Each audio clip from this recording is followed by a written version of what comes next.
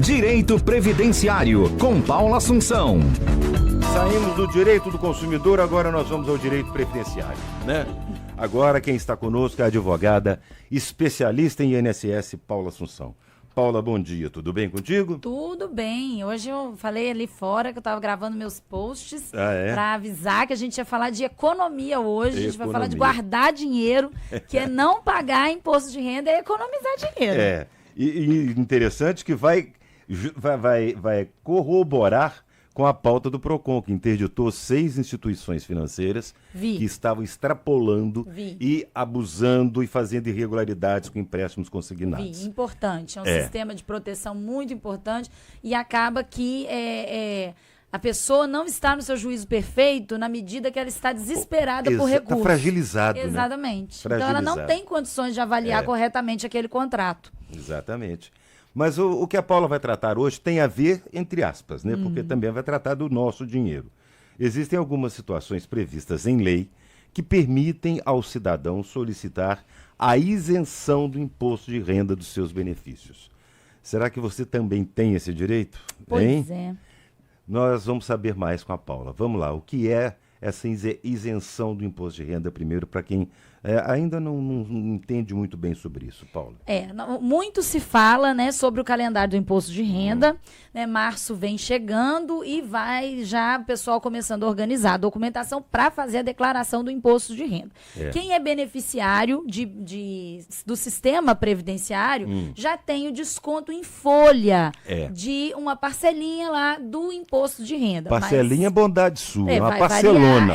Vai variar de acordo com o benefício. Eu fico indignado não eu vejo aqui. Só que você não fica isento de prestar a declaração. Você vai pagando em todas as parcelas, porque é retido na fonte. E quando chega este momento do ano, você faz a declaração do imposto de renda. E muitos que estão ouvindo já estão naquela fase pensando assim, peraí, eu tenho que buscar o recibo do meu plano de saúde, um tratamento que eu fiz com um dentista que não fica no plano, e aí eu coloquei um aparelho nas crianças, tem a mensalidade escolar, tem tudo isso. Quem recebe renda, Marcelo, então você está ouvindo que é renda assalariada ou renda atribuída a aluguéis, não tem isenção do imposto de renda, porque é renda mesmo. A gente está falando aqui de isenção do imposto de renda nos beneficiários de aposentadorias e pensões. Sim. Então, quem tem esse direito à isenção? Quem tem esse direito? Olha, eu abri aqui o celular porque é uma lista de doenças e eu vou falar uma a uma porque é importante você ficar ligado se você se enquadra nessas situações. Para quem tem moléstia profissional, que são as doenças de acidente de trabalho, doenças ocupacionais, isso é pouquíssimo conhecido. Se você sofreu um acidente de trabalho, se você adoeceu por uma doença ocupacional, que a gente já falou aqui que são coisas diferentes, mas a gente pode voltar nesse tema se você quiser, você pode ter isenção do imposto de renda. Quase ninguém pede. Fique atento. Segundo, tuberculose. Terceiro, alienação mental, que são as demências. Aí você tem o Alzheimer, você tem as demências senis, você tem o parkinsonismo, esclerose múltipla. Infelizmente, a gente tem visto muitos casos. Neoplasia maligna, que é o câncer. Né? Então, a gente também pode pedir a isenção a partir do diagnóstico ativo de câncer. Quem já teve ou quem tem? Isso é uma discussão. Isso é uma discussão, tem que entrar na justiça porque o câncer, ele tem hipóteses de remissão absoluta, né? Que é você não ter mais no seu corpo células cancerígenas. E aí, se você não tiver o diagnóstico ativo, o judiciário entende, vai variar de acordo com o juiz, se ele é mais protetivo ou se ele é mais legalista. Nós temos ainda paralisia irreversível e incapacitante, cardiopatias graves. Paula, qualquer pressão alta? Não é qualquer pressão alta. Cardiopatia é considerado grave. Coração grande, coração do lado invertido do peito, que eu já tive um caso no escritório. É inacreditável, mas existe, gente. Existe. E a pessoa anda do nosso lado assim, você fala, como assim, né? E situações graves, né? Sopro no coração, então, tem doenças específicas. Espondiloartrose, tá? Nefropatia, hepatopatia e estados avançados de doença de Paget. E também situações de radiação e situações do vírus da AIDS. Essas são as doenças previstas em lei que dão isenção do imposto de renda. Para você ter uma ideia, quantas, hein? Pois é. Eu aposto que quase ninguém faz isso. Agora, como solicitar a isenção do imposto de renda a partir desses dados que você passou aí agora. Perfeito. Você tem a doença. Você já está fazendo tratamento. Você vai ter o laudo médico. Sim. A partir desse laudo, dentro do próprio sistema do INSS, você vai entrar no aplicativo do INSS ou ligar para o 135 e vai fazer o requerimento de isenção do imposto de renda. Isso mudou, gente. Isso já é uma novidade que absorveu esse serviço no INSS. Porque não funcionava assim. A isenção do imposto de renda era um protocolo que tinha que ser feito dentro da plataforma da Receita Federal. O que afastava as pessoas de entrar. Porque a Receita Federal é realmente mais complicada ali de você trabalhar e as pessoas ficam com medo. Eu vou juntar um documento, isso vai me atrapalhar no imposto de renda? Agora não. Você faz o pedido diretamente pelo aplicativo do INSS, solicitar isenção do imposto de renda, manda os laudos e faz toda a avaliação. A partir dali, ele vai te pedir, ou às vezes, uma perícia para ele confirmar as situações, ou ele vai pedir uma complementação de documentos. E um formulário próprio, que aí sim, um formulário da Fazenda, para você poder declarar todo o diagnóstico e pegar uma assinatura do seu médico. Tá. Você citou várias doenças aí e eu acabei ficando... muita, por né? exemplo, porque tem muitas pessoas que fazem tratamento, por exemplo... uma pessoa que é bipolar, ela toma um medicamento constante, né? Uma pessoa que tem aquela a artrose, por exemplo, que também faz um tratamento constante. Essas pessoas não se enquadram nesse processo ou podem também se enquadrar? Então, Hoje, o entendimento pacificado dos tribunais superiores, quando a gente fala, né, tribunais superiores, porque o nosso ouvinte não faz ideia, né, o que é isso. Superiores no sentido STJ e STF, que são os tribunais que avaliam a legislação de modo que ela valha em todo o território nacional. Sim. Então, quando você encontra uma brecha na legislação, que é o meu trabalho de advogado, é achar brechas na legislação, quando a gente encontra uma brecha, a gente entra com um pedido, gente. E é daí, assim, eu realmente sou muito apaixonada pela nossa profissão, porque a advocacia é que muda o entendimento da legislação, Marcelo. Exatamente. Porque o juiz, dentro da sua posição de julgador, ele não pode, ou pelo menos não deveria, pegar a situação e falar assim, nossa, eu acho que cabe um entendimento meu aqui. Ele não tem que achar, né? Exatamente. Ele tem que cumprir a legislação. Tem que cumprir a legislação e ele tem que ser provocado, Marcelo. Isso aí andou meio em desuso no Brasil. Eu te perguntei isso porque essas pessoas, por exemplo, eu citei dois casos aqui que me vieram à cabeça aqui agora. Porque são pessoas que vão tomar medicamentos e medicamentos caros para o resto da vida. Pois é.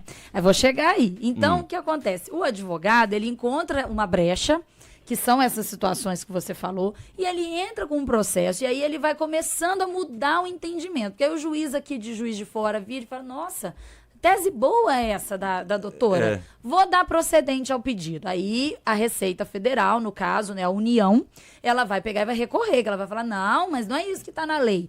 Aí o processo vai subir para uma outra instância. Quando chega em outra instância, o tribunal pode virar e falar assim, nossa, essa tese é boa, vou dar favorável a essa advogada. Aí ele vai lá e dá mais um parecer favorável. A União vai lá e recorre de novo. E aí o processo vai chegando, pela natureza do processo, nos tribunais superiores. Quando ele chega nos tribunais superiores, Marcelo, geralmente... primeiro se suspende, né, todos os processos a nível nacional, porque uma vez que decidir um caso, você não pode achar que um cidadão em Juiz de Fora que tem artrose tem direito à isenção do imposto de renda e um cidadão em São Paulo que tem a mesma artrose não tem. Você não pode. Nível nacional. Exatamente. Então, porque ou tem isenção para todo mundo ou não tem para ninguém. Não tem para ninguém. Então, o tribunal suspende, aí ele vai fazer uma avaliação, ele vai chamar um setor técnico, ele vai pedir uma consultoria, enfim. E ele vai amadurecer a causa para julgar. Entendi. Hoje, neste momento, os tribunais superiores entendem que não, que você não pode sair dessa lista aqui, Marcelo. Essa então, lista aí artrose...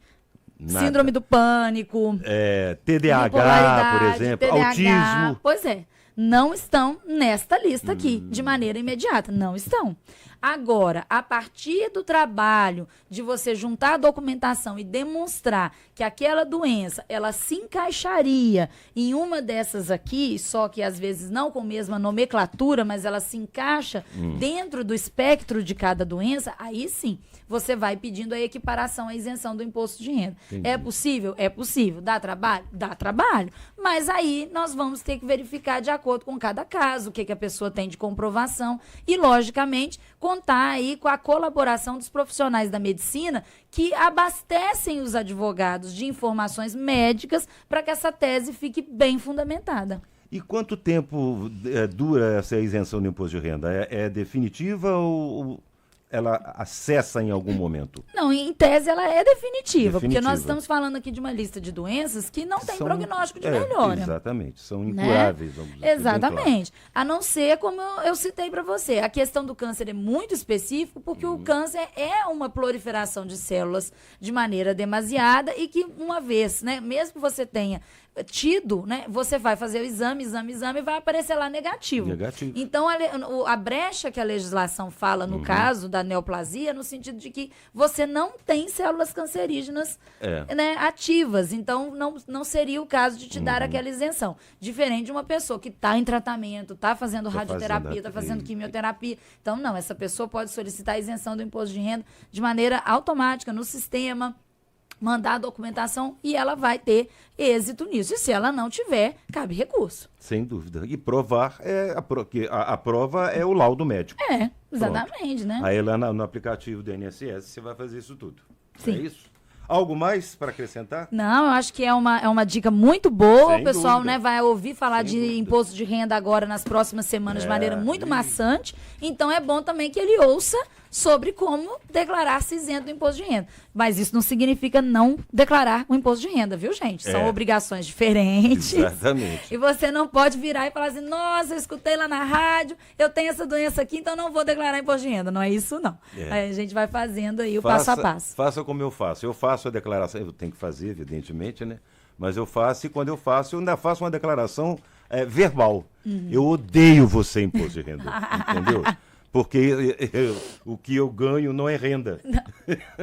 Não me sinto suficiente. Eu trabalhei para ganhar, então não é renda. Não vivo de renda. Renda é se eu tivesse dinheiro extra. Eu não tenho, então...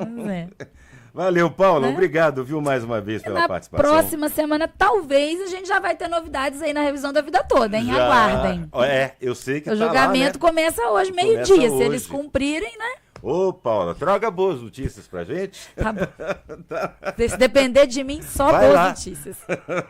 Obrigado pela participação. Um abração para você. Nada, gente. Bom dia, bom restinho de semana. A advogada previdenciarista Paula Assunção falando conosco hoje sobre essa isenção do imposto de renda. Se você tiver dúvida, entre aí no Instagram da Paula ou na rádio, deixa a sua pergunta. A Paula esclarece tudo para você aí, tá? Para evitar problemas. Transamérica 10h20. Direito Previdenciário, com Paula Assunção.